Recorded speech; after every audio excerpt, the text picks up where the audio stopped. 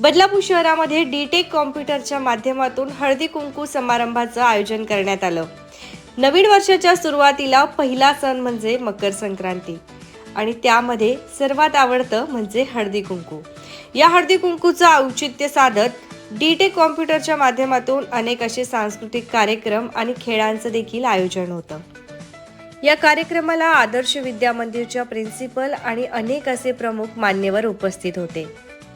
Computer related कुठलंही knowledge घ्यायचं असेल तर बदलापूरमधील सर्वात विश्वसनीय ठिकाण म्हणजे डी.टेक कॉम्प्युटर। फक्त शिक्षण नाही तर शिक्षणाव्यतिरिक्त सांस्कृतिक कार्यक्रमातही आपल्याला पुढे बघायला मिळतात।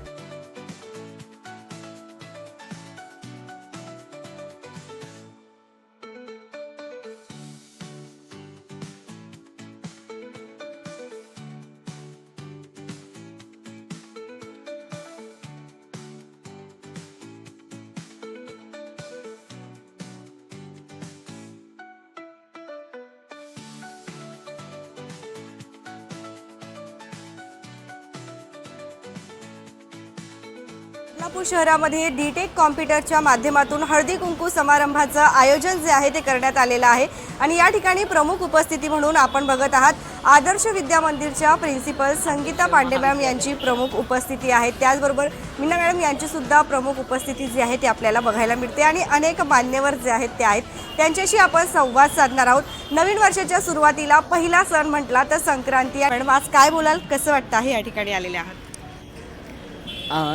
डी.टेक कॉम्प्युटरतर्फे आजचा हा कार्यक्रम आयोजित करण्यात आलेला आहे आणि डी.टेक कॉम्प्युटर आणि आदर्श कला वाणिज्य आणि विज्ञान महाविद्यालय यांचा संबंध अत्यंत जुना आहे।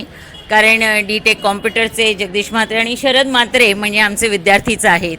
त्याच्यामुळे निश्चितच आमच्या ह्या विद्यार्थ्यांची एक घोडदौड आम्ही गेल्या अनेक वर्षात पाहिलेली आहे। डी.टेक कॉम्प्युटर म्हणजे आज केवळ संक्रांतीचाच सण साजरा करत नाही आहे, तर याशिवायही अनेक कार्यक्रम ते घेतात। आमच्याच महाविद्यालयामध्ये मागे करिअर गायडन्सवर अत्यंत सुंदर असे काही कार्यक्रम झालेले होते। अगदी 10वी 12वीच्या विद्यार्थ्यांनाही करिअर कशा पद्धतीने निवडावं या संदर्भात झालेले आहेत। TYच्या विद्यार्थ्यांनी पुढे आयुष्यामध्ये काय करावं असेही कार्यक्रम झालेले आहेत आणि मला वाटतं आजचा हा कार्यक्रम अनेक महिलांना एकत्रित घेऊन जो त्यांनी आयोजित केलेला आहे, तर मला वाटतं हे एक समाज बांधिलकी ही दिसून येते त्यांच्या ह्या कार्यातून आणि निश्चितच की सर्वांनी एकत्र यावं, काहीतरी एक चांगलं ऐकावं आणि हळदी कुंकू म्हणजे फक्त सौभाग्याचं लेणं देणं नाहीच आहे, तर त्याही सोबत काही चांगले विचार या सर्वांपर्यंत पोहोचावे आणि त्या दृष्टिकोनातून त्यांनी ह्या कार्यक्रमाचं आयोजन केलेलं आहे। ह्या कार्यक्रमासाठी माझ्या मनपूर्वक शुभेच्छा आणि खूपच छान वाटत आहे इथे मोठ्या संख्येने इथे महिला आलेल्या आहेत त्याबद्दल। तुम्ही सांगितलं की जगदीश म्हात्रे आणि शरद म्हात्रे जे आहेत तुमच्या शाळेचे विद्यार्थीच आहेत, अभिमान वाटतो का ज्या वेळेला आपले विद्यार्थी डी.टेक हे नाव बदलापूर शहरात नाव गाजतंय, अभिमान वाटतो का? नक्कीच अभिमान वाटतो, कारण एक शिक्षक म्हणून प्रत्येकाचीच एक स्वप्न असतं की आपल्या विद्यार्थ्यांची प्रगती पाहणं।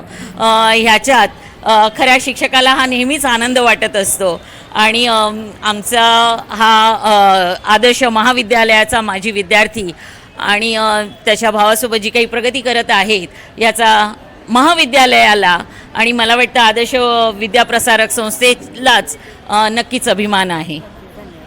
थोडक्यात काय बोलाल, आज प्रमुख उपस्थिती आहात, कसं वाटतं? खूप छान वाटतं आहे। ॲक्च्युली हळदी कुंकवाचा हा जो सण आहे हा नवीन वर्षातला पहिला सण असतो। मी IMAS अबॅकसमध्ये मास्टर फ्रँचायझी म्हणून रोल करते। अबॅकस ज्या पद्धतीने आम्ही प्लॅटफॉर्मवरती आणत आहोत, अबॅकसने ज्या पद्धतीने सगळीकडे मुलांची प्रगती होत आहे, तसंच डी.टेक कॉम्प्युटर थ्रू ही सरांनी हा खूप मोठा उपक्रम गाजवलेला आहे। जसं की आपण म्हणतो की हा सण फक्त संक्रांती हा सण फक्त लेडीजसाठी नाही आहे, हा एक विचारांचे आदानप्रदान पण आहे। आपल्या संस्कृतीला आपण जपत आहोत हे डी.टेक कॉम्प्युटर थ्रू सरांनी दाखवून दिलेलं आहे आणि त्यांची जी कामगिरी आहे ती खूप मोलाची आहे। त्याबद्दल पुढील वाटचालीसाठी मी सरांना शुभेच्छा देते। धन्यवाद। डीटेक कॉम्प्युटरचे सर्व आपल्यासोबत असणार आहे. जगदीशजी म्हात्रे आणि शरदजी म्हात्रे सर यांच्यासोबत आपण संवाद आता साधणार आहोत. डीटेक कॉम्प्युटर हे नाव सध्या बदलापूर शहरामधलं सर्वात विश्वसनीय नाव झालेलं आहे शैक्षणिक क्षेत्रामधील. सर, आज काय माहिती द्याल? आज गेली 25 वर्ष झाली डीटेक कॉम्प्युटर बदलापूरमध्ये आम्ही वेगवेगळे उपक्रम राबवतो. त्यात आज हळदी कुंकू हा जो कार्यक्रम आहे ह्याच्यामध्ये महिला सशक्तीकरणावरती आमचं जास्त फोकस आहे. माझ्या मते महिला सशक्तीकरण म्हणजे जस्ट नुसतं महिलांना वेगळ्या प्रकारचं फ्रीडम, कपड्यांबद्दल फ्रीडम किंवा फिरण्यासाठी फ्रीडम देणं हेच नाही आहे. तर माझ्या मते महिलांचं सशक्तीकरण म्हणजे ज्यावेळेला आपली महिला स्वतःचा डिसिजन स्वतः घेऊ शकेल त्याला आपण म्हणूया की आपल्याकडे वुमन एम्पॉवरमेंट प्रॉपर झालेला आहे. प्रत्येक ठिकाणी आपण बघतो, अगदी पॉलिटिक्समध्ये जरी बोलायचं झालं तरी पण बऱ्याच महिला जरी नगरसेविका म्हणून असतील तरी पण डिसिजन मेकर माझ्या मते त्यांच्या घरात पुरुषच असतात.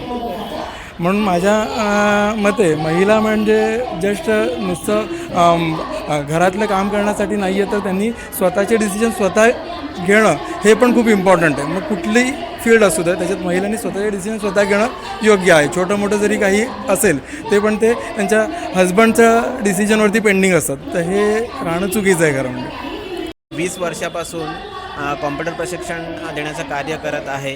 2005 पासून आपण कॉम्प्युटर बेसिकपासून MSc असेल, डिझायनिंगचे कोर्स असतील, टॅली, ॲडव्हान्स एक्सेल वगैरे जे कोर्स आहेत, प्रोग्रामिंगचे कोर्स, ॲनिमेशन, सगळ्या प्रकारचे कोर्स आपल्याकडे कंडक्ट केले जातात.